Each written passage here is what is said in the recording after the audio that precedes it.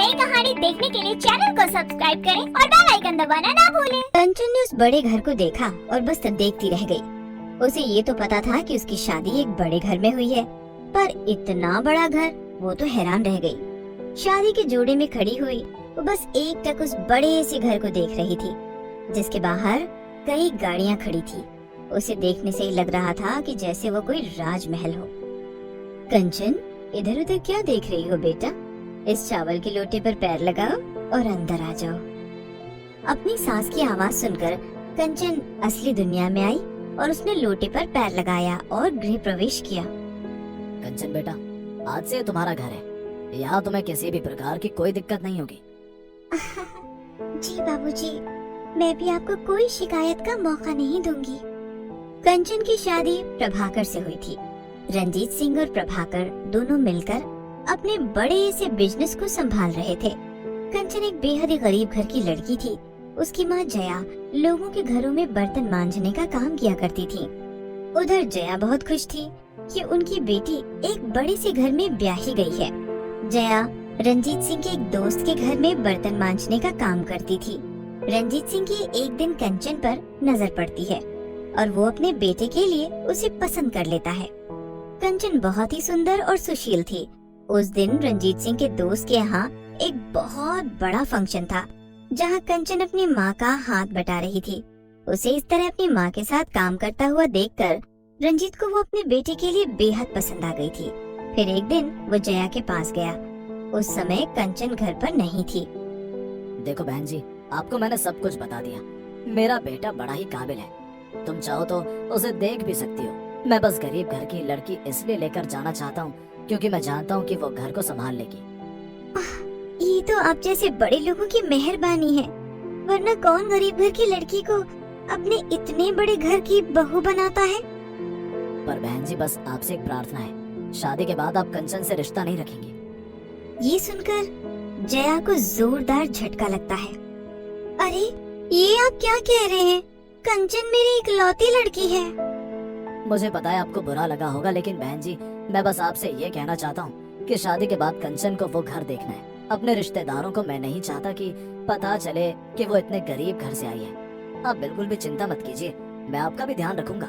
आपके लिए अच्छी जगह घर ले दूंगा और किसी चीज की कमी नहीं होने दूंगा।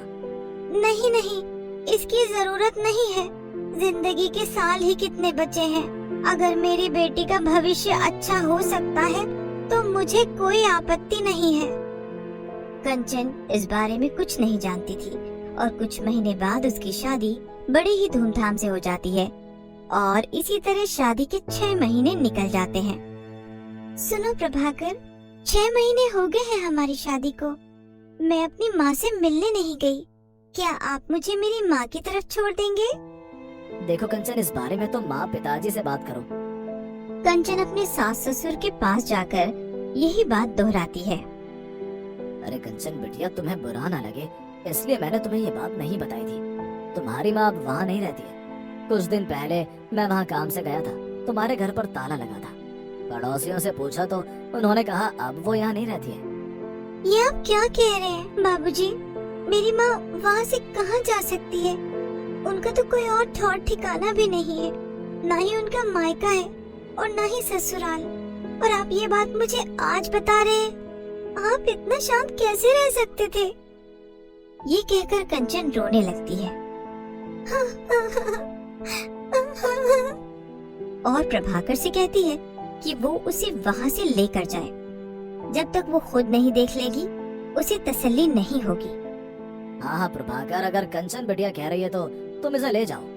कंचन अपने पति के साथ अपनी माँ के घर जाती है। वहाँ सचमुच में जया नहीं थी। वो पड़ोस में भी पता करती है। सब कहते हैं कि वो तो तेरी शादी के अगले दिन ही यहाँ से चली गई थी। माँ ऐसा कैसे कर सकती है प्रभाकर? मेरे सिवा माँ का इस दुनिया में कोई भी नहीं है। मैं कैसे भूल जाऊँ? मेरी माँ ने मुझे बचपन से अब तक कैसे पाल पोस कर बड़ा किया है। वो ऐसे कैसे जा सकती है? देखो कंचन, अब कुछ नहीं हो सकता। हम तुम्हारी माँ को ढूंढने की कोशिश करेंगे, लेकिन ये उनका फैसला है। ये भी तो हो सकता है कि वो तीर्थ यात्रा पर निकल गई हो।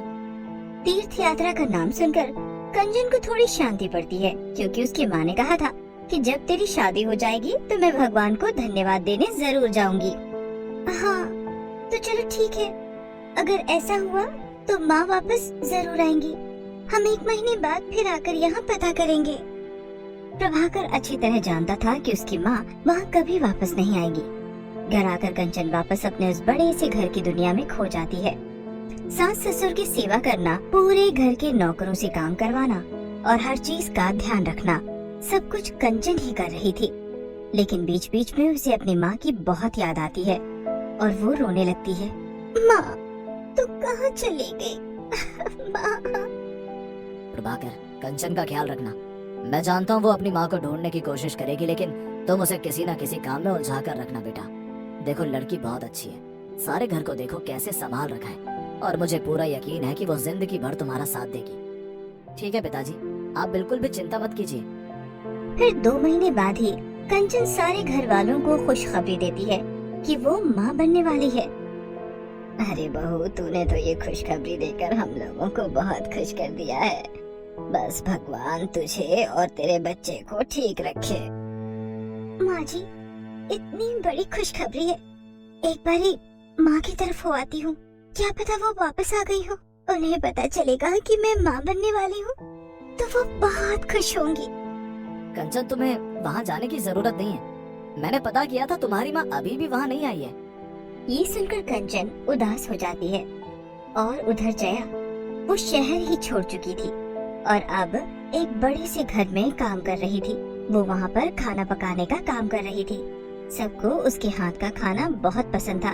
उस घर की मालकिन भी बहुत अच्छी थी।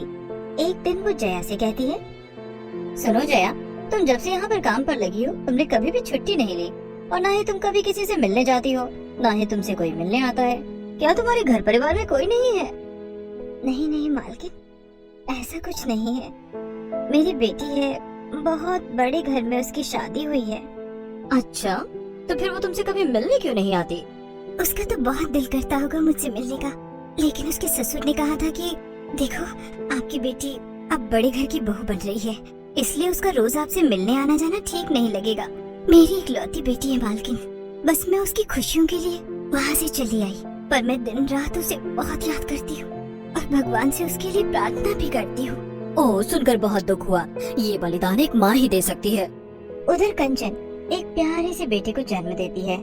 वो आज भी अपनी माँ को याद कर रही थी, लेकिन अब उसे भी नहीं पता था कि उसकी माँ इस दुनिया में भी है या नहीं। इसी तरह देखते देखते 2 साल निकल गए। घर की जिम्मेदारियाँ और बेटे को संभालने में कंचन के दिन बीत गए, लेकिन उसे अब रह रहकर माँ की याद आ रही थी। हर रोज एक नई कहानी देखने के लिए चैनल को सब्सक्राइब करें और बेल आइकन दबाना ना भूलें।